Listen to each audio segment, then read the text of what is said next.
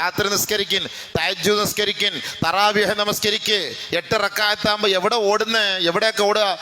നബിതങ്ങൾ നിസ്കരിച്ചിട്ടില്ല പോട്ടെ, സ്വഹാബാക്കൾ നിസ്കരിച്ചിട്ടുണ്ടല്ലോ, സ്വഹാബാക്കളെ പിൻപറ്റണമല്ലോ. എന്തിനാ ഈ ന്യായമായ മസലകൾ കണ്ടെത്തുന്നത്? നമുക്ക് കിട്ടുന്ന ഒരു സമയമല്ലേ. ഒരു 20 റക്അത്ത് നിസ്കരിച്ചുകൊണ്ട് എനിക്ക് എന്ത് സംഭവിച്ചു പോകുന്നു? ഈ 8 റക്അത്താകുമ്പോൾ എല്ലായിടത്തു നിന്നുള്ള ഇറങ്ങി ഓട്ടോ, എങ്ങോട്ടേക്ക് ഓടുക? ഈ ഒരു 10 ഒരു അരമണിക്കൂറും കൂടെ അള്ളാന്റെ മുന്നിൽ നിൽക്കാൻ നിനക്ക് എത്ര ലജ്ജയാ, നാണക്കേടാന്നോ? എന്താ ഹറാമാണോ ചെയ്യാൻ പോണത്? അല്ലെങ്കിൽ ഉമ്മത്ത് മൊത്തം ചെയ്യുന്ന മൊത്തം തെറ്റാ, ലലാലിയത്തിലേക്കാണോ പോകുന്നത്? ഒന്ന് ചിന്തിച്ചു നോക്കി. നമുക്ക് കിട്ടിയ ഒരു ചാൻസ് അല്ലേ. 1 റക്അത്ത് സുന്നത്ത് നിസ്കരിച്ച ഒരു ഫർളിന്റെ കൂലി കിട്ടൂലേ? സ്വഹാബത്ത് നിസ്കരിച്ച കൊണ്ട് വ്യക്തമായ തെളിവല്ലേ. ഉമർ റളിയല്ലാഹു അൻഹു നിസ്കരിച്ചല്ലേ.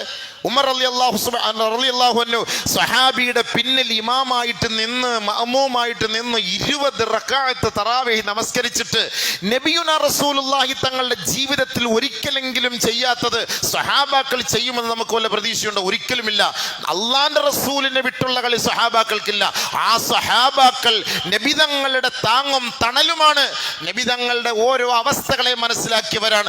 ആ പരിശുദ്ധ പ്രവാചകന്റെ അതേ ശൈലിയെ പിൻപറ്റിയ ബഹുമാനപ്പെട്ട സ്വഹാബാക്കൾ നമസ്കരിച്ച് നമുക്ക് മാതൃക കാണിച്ചെങ്കിൽ അലൈക്കും ബിസുന്നതി വസുന്നതി ഖുലഫാഇർ റാഷിദീനൽ മഹ്ദിയീൻ, എൻ്റെ മുർഷിദീങ്ങളായ ഖുലഫാഉർ റാഷിദീങ്ങളെ നിങ്ങൾ അനുസരിച്ചോളിൻ, നിങ്ങൾ പിഴച്ചു പോകൂല എന്ന് നബിയുനാ റസൂൽ തങ്ങൾ പറഞ്ഞെങ്കിൽ നമുക്ക് അല്ലാഹുവിന്റെ റസൂലും ആ റസൂലുള്ളാഹി തങ്ങളുടെ സുന്നത്തിനെ പിൻപറ്റിയ സ്വഹാബാക്കളും അഹ്ലുസുന്നത്തി വൽ ജമാഅത്തി എന്ന് പറഞ്ഞതിന്റെ അർത്ഥം എന്താ? മാ അന അലൈഹി വസ്ഹാബി, ഞാനും എൻ്റെ സ്വഹാബാക്കളും ഏതൊരു വഴിയിലാണോ അത് തന്നെയാണ് അഹ്ലുസുന്നത്തി വൽ ജമാഅത്ത്. എൻ്റെ സ്വഹാബാക്കൾ 20 നമസ്കരിച്ചെങ്കിൽ നമുക്ക് നിസ്കരിച്ചാൽ എന്താ? എവിടെ കൂടുന്നത്? ആകെ ഒരു 20 റക്അത്തിന് ഒരു അരമണിക്കൂർ 3/4 മണിക്കൂർ അള്ളാഹിന്റെ അടുക്കൽ നിന്ന് പൊരുത്തം ചോദിക്കാൻ പറ്റിയ സമയമല്ലേ. മലക്കുകൾ വന്നിരുന്ന് നമുക്ക് ആമീൻ പറയല്ലേ. നമ്മുടെ പാപങ്ങൾ പൊരുത്തപ്പെടാൻ മലക്കുകൾ നമുക്ക് കൊണ്ട് ശഫാഅത്ത് ചെയ്യല്ലേ. അപ്പൊ ആരെ ഒളിച്ചോടി പോകുന്നെന്ന് അള്ളാഹ് നോക്കല്ലേ. അതുകൊണ്ട് നമ്മൾ അതിൽ നിന്ന് ഒഴിവാകണം. അള്ളാഹ്ക്ക് നമ്മൾ ഇതിനൊക്കെ മുടന്ത ന്യായങ്ങൾ നിങ്ങൾ നോക്കുമ്പോൾ നിങ്ങളുടെ കച്ചവടത്തിന്റെ വിഷയത്തിൽ നിങ്ങൾ ഈ ന്യായങ്ങൾ നോക്കാറുണ്ടോ? ശരീഅത്ത് നോക്കാറുണ്ടോ? നിങ്ങൾ വാഹനം എടുക്കുന്ന വിഷയത്തിൽ ശരീഅത്ത് നോക്കാറുണ്ടോ? വീട് വെക്കുന്ന വിഷയത്തിൽ ശരീഅത്ത് നോക്കാറുണ്ടോ? കച്ചവടത്തിന്റെയും കുടുംബത്തിന്റെയും പ്രശ്നങ്ങൾ ശരീഅത്ത് നോക്കാറുണ്ടോ? സംസ്കാരത്തിൽ മാത്രം ഭയങ്കരമായ ശരീഅത്ത് നബിതങ്ങൾ ചെയ്യാത്തത് നമ്മൾ ചെയ്യുന്നു, ബാക്കിയുള്ളത് നബിതങ്ങൾ ചെയ്യാത്തതെല്ലാം അതൊക്കെ ഹലാലും ജായിസുമാകും. എന്ത് സഹോദര, നമുക്ക് കിട്ടിയ ഒരു അവസരം നമ്മൾ പാഴാക്കരുത്, കളയരുത്. മക്കയിൽ എത്രയുള്ളൂ ഓടിത്ര, അതൊക്കെ വേറെ പല പ്രശ്നങ്ങളാണ്. നമ്മൾ അങ്ങോട്ടേക്ക് നമ്മൾ നോക്കണ്ട. നമ്മുടെ സ്വഹാബാക്കൾ നമ്മൾ നമസ്കരിച്ച് നോക്കണം. നമ്മൾ നമസ്കരിക്കും. 30 ദിവസം തീർന്നു. 4 ദിവസം എത്ര പെട്ടെന്ന് പോയി.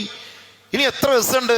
ഈ ജനങ്ങൾ ഈ പിരാവി പെട്ടെന്ന് പോവുകയാണ്. ഈ സംഭവം പെട്ടെന്ന് തീർന്നു പോയി. ഇനിയിപ്പോ ഈ ജുമാ എന്ന് പറഞ്ഞാൽ ഇനി അടുത്ത് 4ാമത്തെ ജുമാ പെടാന്നാവുകയാണ്. കുറച്ച് കിട്ടിയ ചാൻസ് ആണ്, അതുകൊണ്ട് കളയരുത്. 20 റക്അത്ത് നിസ്കരിക്കുക. അള്ളാഹ്ക്ക് വേണ്ടിയിട്ടാണ് നിസ്കരിക്കുന്നെങ്കിൽ നിങ്ങൾ നിസ്കരിക്കുക. ആ സമയത്ത് കുറേ എണ്ണം എഴുന്നേറ്റ് ചാടി എന്നിട്ട് എന്ത് ചെയ്യും? അവിടെ പോയി കുറ്റിയും പീടിയും വലിച്ച് അവിടെ പോയിരുന്ന് പൊയിലയും തിന്ന് തമ്പാക്കും അടിച്ചിട്ട് ഇങ്ങനെ കറങ്ങി നടക്കും. വെറുതെ ആവശ്യമില്ലാതെ വെറുതെ കറങ്ങി നടക്കൽ തന്നെ, സമയം പാഴാക്കല്ലേ. കിട്ടിയ